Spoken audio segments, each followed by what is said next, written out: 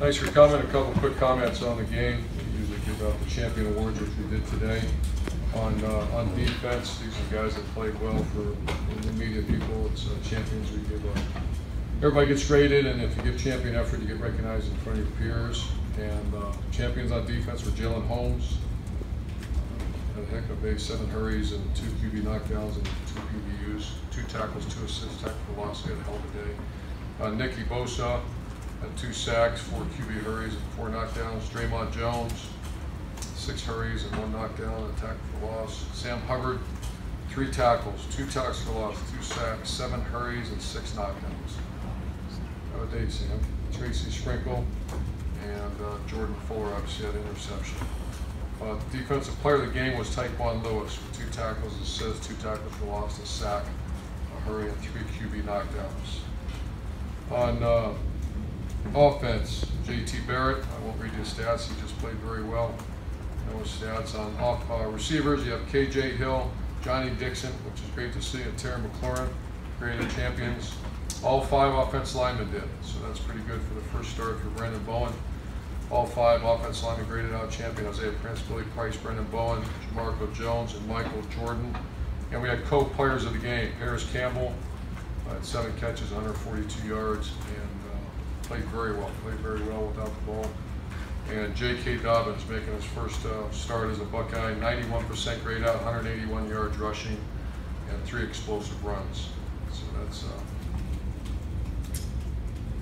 on offense. On kicking, he had special efforts where Amir Reep had tackle inside on the 13-yard line. Austin Mack had a tackle on the 12-yard line on kickoff, and Drew Chrisman, our punter, punted down 1 on the 8. Our Thursday race winner, which we call him, is Elijah Goins, who had a heck of a day. And Amir Reep was our player of the game. We had 9 plays, 13 production points. A lot of work to be done as a great football team comes in here. We have a lot of respect, obviously, for the personnel and the way they do their business. So this will be a great opportunity for us to showcase in front of a big crowd and come back home and play a game. You evaluate the game, which I'm sure you'll get a bunch of questions. Disappointed in certain areas, which is not uncommon for the first game. And you have some new players out there, but overall, I thought we tightened up. I want to say we gave up 55 yards passing the last 20 minutes of the game. And obviously on offense, you got 300 yards, nice balanced approach after we had, other than the 4, I think there were 4 3-and-outs, which killed us in the first half. It kills your defense too. So that said, I'll answer your questions for you. 4th row right, Nick. A lot of series now between non-conference opponents are going to neutral sites as opposed to the traditional home and home. As a coach, do you have a preference one way or the other? Going to a neutral site or playing home? Yeah. Play home. Once again, I don't get involved in too much of the scheduling, and I like playing the horseshoe, if that's the question. And when you look at Indiana, they have a very clear offensive identity, a better quarterback, some big talent receiver. Was that a good team to play right before Oklahoma? Did that make your team better? I mean, it gave us our corners some humbling and some, obviously, to get out and go. Players come here to be great, and our coaches coach here to be great. And some areas we did not play great. So to answer your question, yeah, I think to beat a team 70-0 right now is not what we need. We need to get some guys. A lot of guys play 90+ plays, and I'm glad we played them on a Thursday now, because now it gave us a couple extra days to get healed up. Front row left, Bill. Urban, it seems like you may have the perfect scout team guy for Baker Mayfield if you're using Tate Martell in that role. I don't know if you guys are. Are you, I guess, and then do you see similarities between Tate and Baker Mayfield? Interesting. We have not yet. I think tomorrow we probably will a little bit. What I love about the kid is the young man is he's a competitive guy. So yeah, that's an interesting comparison, and I haven't thought much of it, but I can see that in Tate as well. And then different topic. You've mentioned before about how you guys recruiting nationally might open up Ohio to other programs. Do you keep tabs on who is taking advantage of that, and maybe do you take note, especially of when Oklahoma is in Ohio the way they are this year? It seems like they're more active in this class than they've been in the past. We actually follow guys through the journey when they go somewhere else too. I don't know if they made a mistake. And that's That's tough. To be honest, I can't stand it. That's early recruiting has hurt us with that because everybody wants to know what they're offered, and so yeah, we're very leery of it. And I'd like to take all our players from Ohio. We also got to take the best players, and do our best to evaluate and project as well, because we've had incredible players here that were projections. And, so we monitor who comes in the state. We monitor how well the players do. We track their whole careers. For example, come in and say, tell me about whatever happened to this guy, and I need to know, where and why if we did make a mistake. We have made some mistakes. Front row left, Mitch. Urban, what do you know about Lincoln Riley, and is it more difficult to game plan against a guy like that who doesn't really have a coaching footprint yet? No, because they have the same coordinators on both sides of the ball. And I know Coach Bob Stoops very well. And I know why he did that, because he thought he would carry on the same culture that he created. So it's going to be the same with him. Do you know anything about him, Riley? Just coach against them last year. See what they did throughout the season. They had a great season last year. Front row right, Austin. Urban, to kind of follow up on that with Bob Stoops, you talked about your friendship with him a lot. Were you surprised that he stepped down? Had you had any conversations that you might have seen this coming, or since then, since he's moved on? Well, we've had a couple conversations since he's moved on, and I did not see it coming. However, I just know how important family is, and he's a real guy. He's a guy that is a friend, and I'm much respect for him over the years. So I'm really happy for him. Do you think there's any chance he could return? I mean, with Lincoln Riley, have he ever been on your radar as a guy to work with, or in the past? I remember when, I believe it was East Carolina, he was really one of those hot names that you researched a little bit. I did research a little bit. Obviously, great coach. Second row right, Bill. Coach, you mentioned Sam and Taekwon and the job they've done, obviously their stats in the pass rush, but what has impressed you about that defensive line's ability to help stop the run? Yeah, they negated the run against. At one point, it was minus yardage, I think, going in the fourth quarter. And Draymond really had a good game there as well. So the ability, we played an inordinate amount of plays, and I'm not sure we would have been able to, I don't want to say not win the game, but that would have been if you don't have a rotation going in one of those kind of ball games where you're playing 90 plays, and its pass rush is so much more exhausting than run defense. Rushing the quarterback's one of the hardest things to do. And to do that, I think they put 65 times, and you're blown out. So we were able to put shots. We got a lot of players in there and kept them rotating. So being able to be fresh and be able to stop the run, they're very good players. They're going to be very good all year. I think the biggest thing we have advantage is there's rotation going, and that makes us good against the run and pass. Front row, Bill. Now that you've had a few days to digest the IU game, how ready do you think you are for Oklahoma? Yeah, just Monday practice. We got to get better in certain areas. Which areas, other than you mentioned DBs? Yeah, I already talked about that. The obvious is you got to knock some balls down. And one thing about IU, that quarterback was extremely accurate. And I told him after the game, this was the most accurate game I've ever seen a quarterback play. And the receivers made a bunch of great catches, and we got to knock some more balls away. So that's one area. And coming out on the offensive line, we played well for a good majority of the game, but we had a couple. Gave up one sack, I believe, and that was nonsense right at the end of the first half. But we didn't get the movement early in the game that we got later in the game. And I'm assuming that Mike Weber is going to be ready for this Yes. game. And how do you envision the rotation working at right now? I haven't figured that out yet. They'll both play. We haven't figured the exact rotation. I want to see how. Mike had a good practice today. He went full speed today. Second row left, Ari. Urban, last year you guys made an emphasis on recruiting the state of Texas, and you guys landed 3 of the top 6 players in the state, which is pretty impressive. Did you guys, I mean, Texas has always been an important state for you, but did you guys see that at the time there was some transition going on at Texas, and that there was a time where you guys might attack the most? And how important, I know that you guys have some Twitter campaigns about how important Texas is to you and stuff. How important is it moving forward, and how often do you encounter Oklahoma in that state too? Oh, sure. Texas is a big state for Oklahoma. I love Texas players, I always have.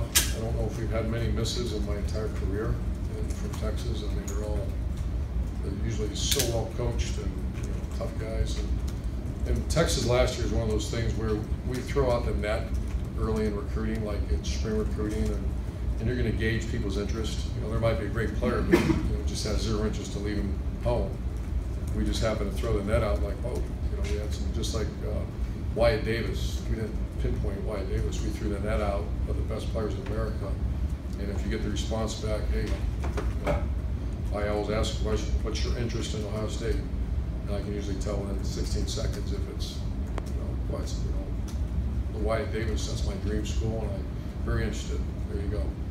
And the same thing with Okuda, Baron Browning, and JK, they were very interested right from the jump. When you look at just the success that you've had, obviously, did you guys go into that last year knowing that, hey, this is the time to strike, there's some turnover going on at Texas, coaching, we might kind of monitor that, but it's more the kid, the player, because we've had great success in Atlanta and Georgia sometimes, or Florida sometimes, where the programs aren't struggling. It's just that young man might have an Ohio background. JK loved our offense right out of the get-go. I mean, he was ready to commit the minute we said hello to him. It was one of those deals, and we just have to make sure. I said, who's this? And it turned out all right. And one last thing that's a little bit off topic. Recruiting. Another recruiting question. No, I actually have. How long are we going to go here? I wish we could go all day, to be honest. But I have a question about Denzel Ward. Obviously, Denzel has been a pretty big part of your guys' defense, and if you look at a lot of the pre-NFL draft boards, a lot of scouts really like what he's doing. I was wondering, for how good of a game as he did play, I think there are times where he's matched up with players that are half foot taller than him. How can a great player overcome his height disadvantage at times? Is there like a certain, you know what I mean? Because that's something that has been taken advantage of. That's one of the dilemmas. Everybody wants a 6'1" corner. There's not many of them out there. We were fortunate. We had Eli, we had Marshawn and Garyon were all the long corners. Denzel is, he's not that small, but you have to be exceptional in technique. It's no different than a receiver. How do you overcome? Everybody wants a 6'4" receiver. Well, KJ's not 6'4", so what does he have to? He has to overcome it with incredible technique. And obviously, the vertical jump, and be able to knock a ball out. And we practice the heck out of that. That's much more difficult. Front row left. Can be done. Excuse me, sorry about that, Coach. Front row left, Doug. Urban, Lincoln Riley, a young coach from the offensive side of the ball. When you were a young head coach, what is the difference then and now? How much you're involved in the nitty-gritty X and O game planning stuff, as opposed to maybe when you get more established in career and it's more about culture and all that stuff? How big of a difference is it? And if there is a difference, do you miss that at all? Great question. Take a little offense to that young coach thing. We'll discuss that later. That's a great question.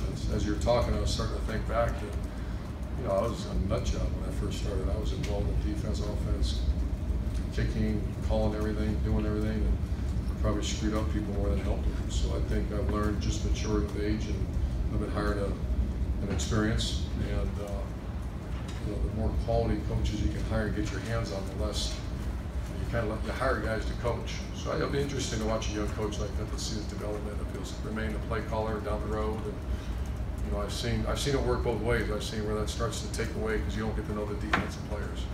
So my way of doing that as I continued to grow in my career was coaching special teams, because that way I get offense and defense, and I can get to know our players. I worry about if you're just I'm coaching the quarterbacks and I'm coaching offense, which I kind of did at times, and I failed in other areas. So it'll be interesting. We talk with you about so much stuff. I don't know how much we talk with you about just like offensive game planning. We're talking about culture and 4 to 6 A to B and all that. How much do you like that part of football? I hear people say that I have colleagues that have been head coaches and they don't like the other part. I actually like that as much or better. The culture, the strain, the 4 to 6 A to B, the mantra of the week, those type of things. I think I'm probably better at that, or I'm not better, but that's something that's why Coach Mick and I are so knee deep in our team, because every team's different, every week's different, every day's different. So, a great question, but I'm still very involved, obviously. Yeah. More involved. I like that other part as much as anything. Okay, and then I wanted to ask about JT. Tom Allen, after the game, said They dropped a lot of people, covered with 8 a lot, because when you have a quarterback, it's not an accurate quarterback, that's what you do.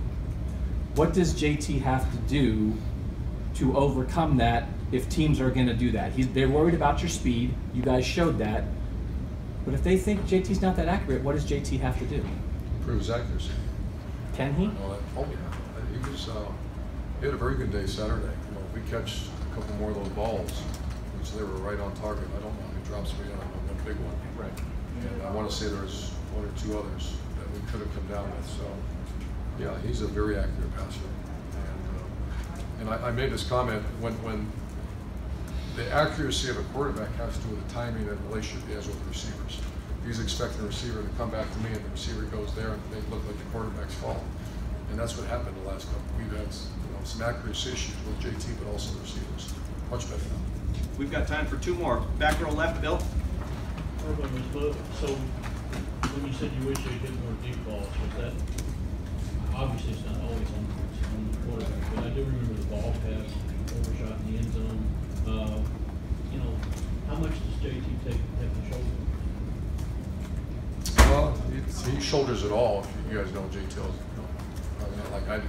JT shoulders it all, but you know, we're shooting. You shoot for 60% efficiency by the quarterback on accuracy on deep balls. That's Ryan Day brought that to us, and I researched it. That's what we tried to accomplish, and he was higher than that on Saturday, and he's been higher than that. So the receiver's got to make plays for him as well. So he shoulders a lot. You know, you're the quarterback. You're going to shoulder everything. And final questions, Tim, front row. Yeah, Urban, can you enlighten us at all on the Eric Glover-Williams departure in any respect? Insubordination, what was the cause for it? School conduct issue. Conduct issue.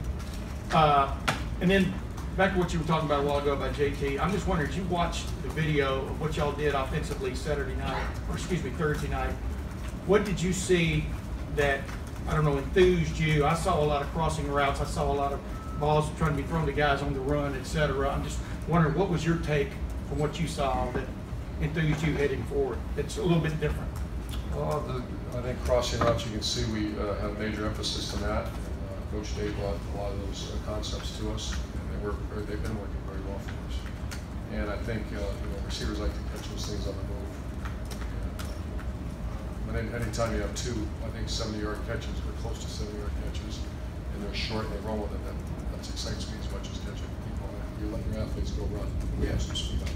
So in your mind, y'all did get some deep balls, just not the kind of deep balls you wanted to get. But a deep ball is a deep ball? The record book, it says 74 yards. Yes. All right, Coach, thank you very much.